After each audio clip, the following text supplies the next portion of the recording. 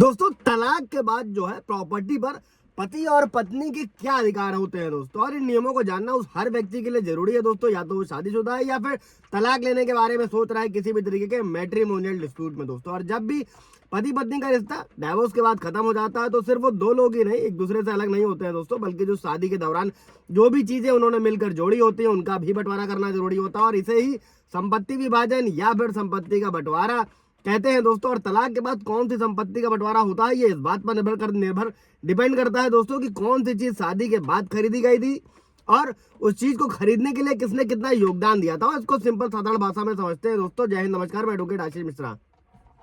Like कर दीजिएगा, share कर दीजिएगा, सब्सक्राइब कर दीजिएगा ताकि इन्फॉर्मेशन और लोगों को मिल सके दोस्तों। अभी बढ़ते हैं वीडियो की तरफ। अगर पति पत्नी ने दोस्तों शादी के बाद एक साथ मिलकर कोई प्रॉपर्टी खरीदी है, फॉर एग्जाम्पल घर है, गाड़ी है, बाइक है, और वो दोनों के नाम पर है, तो उसे बराबर यानी कि दोनों की हिस्सेदारी पार्टनरशिप के हिसाब से बांटा जाता है। और जो चीजें शादी से पहले किसी एक के पास थी या उनके माता पिता से मिली थी वो उसी के पास रहती है। जैसे पति या पत्नी के नाम पर पहले से खरीदी गई कोई जमीन है, मकान है, माता पिता से मिली कोई जो है पैतृक संपत्ति है, गहने हैं, गिफ्ट हैं दोस्तों। और शादी के समय पत्नी को जो गहने मिलते हैं, जो कपड़े हैं, गिफ्ट है, ये सब उसी के पास रहते हैं, क्योंकि ये तो स्त्री धन होता है, ये एक अलग मैटर है। और उसके पति को जो गिफ्ट मिले हैं दोस्तों वो उसके पास में रहते हैं। और अगर शादी के बाद पति पत्नी ने साथ में कोई बैंक अकाउंट खोला है, इंश्योरेंस लिया है या फिर कोई शेयर खरीदा है तो उन्हें भी दोनों की हिस्सेदारी के हिसाब से बांटा जाता है। और अगर शादी के दौरान पति पत्नी ने साथ में लोन लिया था तो तलाक के बाद क्या होगा, दोनों को मिलकर उसे चुकाना होगा। लेकिन अगर लोन सिर्फ एक व्यक्ति के नाम पर था और दूसरे का उससे कोई संबंध नहीं था जिसने लोन लिया है, तो वो व्यक्ति ही भरेगा, वही भरेगा उसे। और तलाक के बाद जो है दोस्तों संपत्ति का जो बंटवारे का कानून है वो अलग अलग धर्मों के हिसाब से अलग अलग है। जब पति पत्नी का तलाक होता है तो उनकी जो बंटवारा है संपत्ति का वो भी एक डिफिकल्ट काम होता है दोस्तों। अलग अलग धर्मों के हिसाब से अलग अलग लॉज बनाए गए, लेकिन कुछ सामान्य नियम है जो सभी पर लागू होते हैं और उसी को साधारण भाषा में इसके बाद हम लोग वो भी समझ लेते हैं। और इस कानून में तलाक के बाद क्या होता है, संपत्ति बांटने का कोई सीधा नियम नहीं है दोस्तों। आमतौर पर जो संपत्ति पति पत्नी ने मिलकर खरीदी है वही दोनों में बांटी जाती है।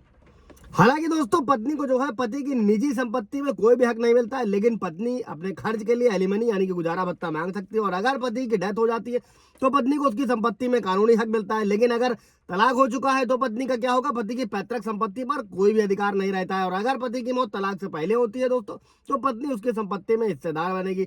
और भारतीय नागरिक सुरक्षा संहिता की धारा 144 आप लोग भी जानते हैं, जो पुराने कानून में CRPC 125 था दोस्तों। अगर पत्नी के पास अर्निंग का कोई जरिया नहीं है तो वो अपने एक्सपेंस के लिए पति से मांग कर सकती है। घरेलू हिंसा अधिनियम में भी व्यवस्था करी गई दोस्तों, पत्नी को रहने के लिए घर का हक मिलता है, चाहे वो घर जो है वो पति के नाम हो। और अगर तलाक के बाद बच्चे माँ के साथ रहते हैं तो उनकी भी परवरिश के लिए पिता से खर्चा मांगा जा सकता है। इसके लिए बच्चों की शिक्षा, एजुकेशन, तमाम जो नेसेसरी एक्सपेंसेस होते हैं दोस्तों उसके लिए पति को पैसा देना पड़ सकता है। इसके अलावा कोर्ट ये भी तय कर सकता है कि कोई जो प्रॉपर्टी है वो बच्चे के नाम कर दी जाए ताकि उसका भविष्य सुरक्षित रहे। ये सब कोर्ट का डिस्क्रिप्शन होता है दोस्तों। और तलाक के बाद जब संपत्ति का बंटवारा करना होता है तो कुछ जरूरी डॉक्यूमेंट्स पास होने चाहिए। और ये जो डॉक्यूमेंट्स होते हैं ये साबित करने के लिए कि संपत्ति किसकी है और किसे कितना हक मिलना चाहिए। और शादी से जुड़े जो भी दस्तावेज हैं दोस्तों, शादी का मैरिज सर्टिफिकेट है, डाइवोर्स डिक्री है, ये कोर्ट का जो है वो सारा ऑर्डर होता है जिससे तलाक को मंजूरी दी गई होती है। और होता क्या है दोस्तों कि अगर कोई दुकान है, घर है, जमीन है तो उसकी रजिस्ट्री यानी कि जो सेल डीड है या फिर मालिकाना हक के पेपर भी जरूरी होते हैं। अगर गाड़ी का बंटवारा करना है तो उसकी RC, बीमा और खरीदने से जुड़े डॉक्यूमेंट्स होने चाहिए। बैंक में अगर कोई जमा पैसा है, FD है, शेयर है, पॉलिसी है, लोन है, कर्ज है, ये सारी कागजें जरूरी होती हैं दोस्तों बांटने के लिए। और गहनों की कीमत, अगर कोई वाहन है, कोई गहना है, कोई इलेक्ट्रिक सामान है या कोई अन्य कीमती चीज़ों का बंटवारा करना है दोस्तों तो उनके बिल होने चाहिए। और क्या है, पति पत्नी की जो पत्नी की वेतन स्लिप है, बैंक स्टेटमेंट है, पति की इनकम टैक्स रिटर्न, ITR है, ये सारी चीजें होनी चाहिए। और तलाक के बाद क्या दोस्तों, पत्नी को पति की संपत्ति में हिस्सा मिलता है। तो हिंदू विवाह अधिनियम तय करता है दोस्तों कि पत्नी को तलाक के बाद पति की पर्सनल प्रॉपर्टी में कोई भी कानूनी हक नहीं मिलता है। लेकिन कोर्ट से भरण पोषण की मांग पत्नियां कर सकती हैं। और बच्चे की कस्टडी पत्नी के पास जाती है तो पति को जो है बच्चों की पढ़ाई लिखाई, पालन पोषण के लिए आर्थिक सहायता देनी होगी। भले ही पत्नी को तलाक के बाद पति की संपत्ति में हिस्सा ना मिले, लेकिन बच्चों को उनके पिता की संपत्ति में अधिकार मिलता है। मेरे कई सारे व्यूअर्स के भी सवाल थे, आशा है क्लियर हुआ होगा। कोई सवाल जवाब होगा दोस्तों कमेंट में पूछेगा। Thank you.